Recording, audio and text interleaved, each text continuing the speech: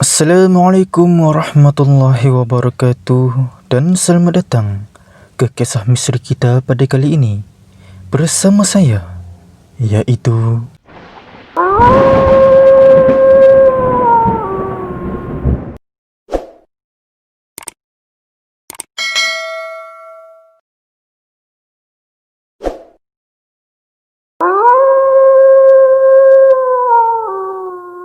pada kali ini, saya akan menceritakan satu kisah misteri yang saya dapat dari sebuah laman web yang bertajuk Puaka Kebun Sawit.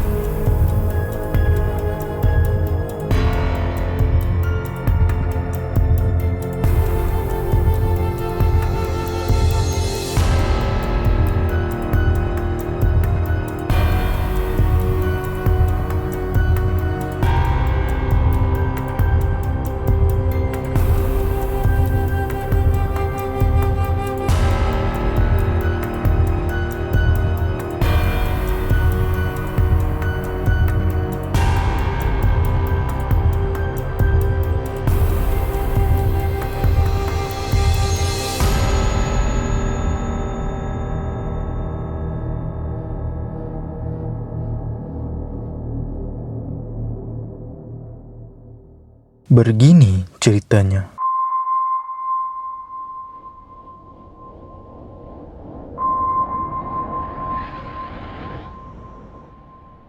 Assalamualaikum kepada pendengar kisah misteri sekalian. Nama saya Iji. Bukan nama sebenar. Di sini, saya nak kongsikan sebuah kisah seram yang berlaku pada diri saya pada tahun 2019. Pada kejadian itu berlaku, saya berumur 19 tahun dan saya sedang bekerja sebagai tukang mencuh air di sebuah kedai tom yum yang lebih kurang 2 kilometer dari rumah saya. Saya tinggal seorang di rumah flat, tapi saya ni jenis betul-betul jarang ada dekat rumah sebab saya tinggal bersama dengan mak ayah saya, dengan seorang adik lelaki dan seorang abang. Keluarga saya pun dah terbiasa dengan perangai saya yang kutu raya ini. So, mak ayah saya taklah risau sangat. Sebab kalau saya tak balik berhari-hari pun, diorang tahu saya akan pergi ke rumah ayah angkat saya yang lebih kurang 4 kilometer dari rumah saya. Saya akan mulakan cerita saya sekarang.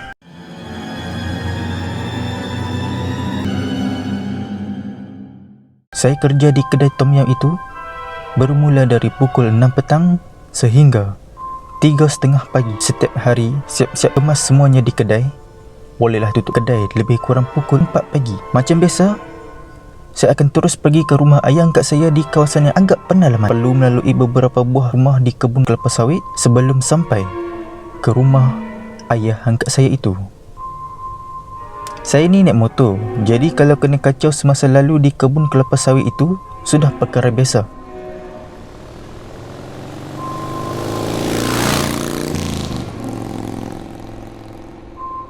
Seperti suara-suara yang memanggil saya, bayangan melintas di hadapan dan di belakang motor saya.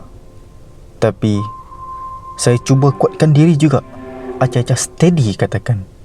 Padahal dalam jantung saya ni rasa macam nak tercabut. Setiap hari, saya akan jalani hari-hari yang biasa. seperti pergi dan balik kerja. Selepas itu terus ke rumah ayah angkat saya. Tetapi kejadian ekstrim telah berlaku pada diri saya dan saya takkan dapat lupakan perkara itu sampai bila-bila.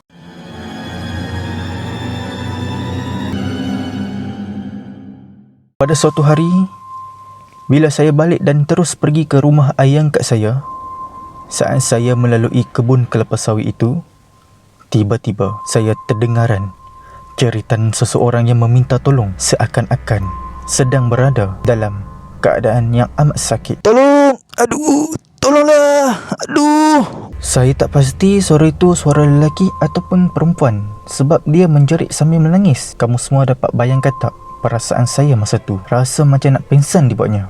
Tapi saya tetap kuatkan semangat sebab saya tak pernah kena kacau macam ni. So, saya anggap itu suara orang yang sedang meminta tolong. Saya kuatkan diri dan terus berhentikan motor saya dan cuba berfikiran positif. Saya cakap dalam hati saya, "Itu orang kot. Itu orang. Sambil saya perlahan-lahankan motor dan turun dari motor saya dan menjerit memanggil, "Siapa tu? Kenapa? Assalamualaikum." Dia tidak menjawab maupun menyahut panggilan saya. Bahkan dia menjerit meminta tolong lagi kuat dari yang sebelumnya. "Tolonglah aku. Aduh, weh, tolonglah cepat. Weh, tolong cepatlah." Saya pun apa lagi, tanpa fikir panjang, terus pergi ke arah suara jeritan itu sambil menyalakan lampu flash telefon saya. Tahu tak korang? Apa yang saya nampak? Seorang lelaki tanpa kaki sedang meronta-ronta kesakitan sebab tertusuk parang di dadanya. Saya dah mula panik. Jantung saya berdegup dengan begitu cepat dan saya cuba nak melarikan diri. Tetapi kaki saya seakan-akan melekat di tanah, seperti saya sedang mengalas benda yang amat berat. Rasa nak pingsan dan terjugak-jugak saya seperti ini.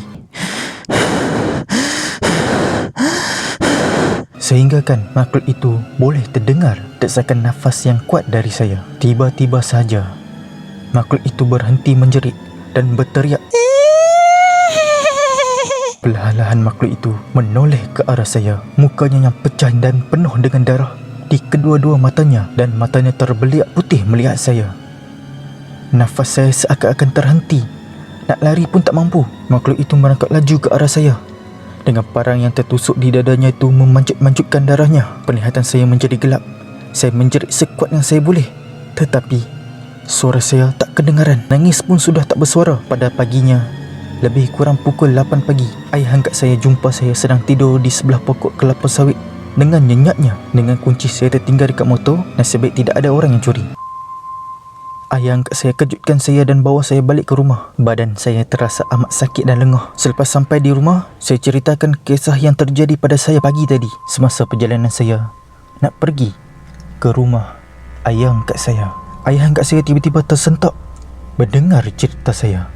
Dia pun cerita dekat saya bahawa dia pun pernah ternampak seorang lelaki tanpa kaki sedang memanjat pokok kelapa sawit pada beberapa hari yang lalu, waktu tengah malam.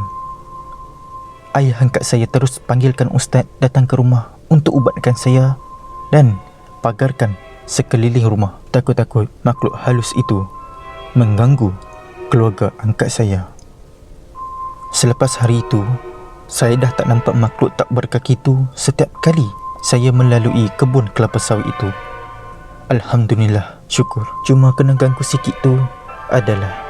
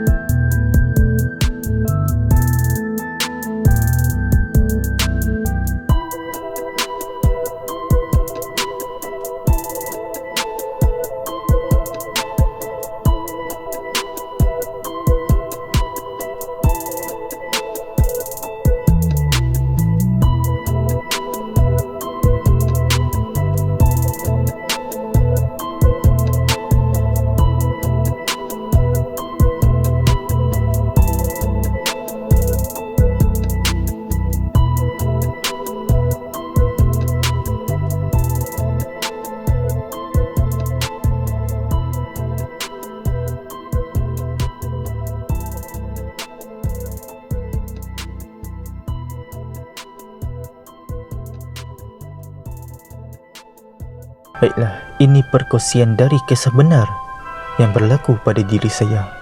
Mungkin kamu semua pun pernah melalui perkara yang sama seperti saya. Itulah kisah dari Iji. Mungkin antara penonton kisah misteri pernah mengalami perkara misteri ataupun tidak. Itu terpulang pada seseorang yang mengalaminya. Itu saja kisah misteri kita pada kali ini. Dan jangan lupa untuk subscribe, share dan juga komen di bawah. Satu lagi peringatan kepada semua. Kita masih belum menang. Kes COVID negara kita semakin meningkat.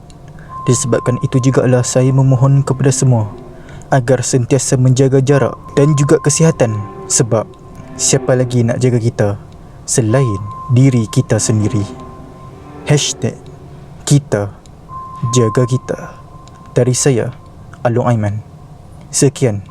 Assalamualaikum warahmatullahi wabarakatuh dan selamat tahun baru.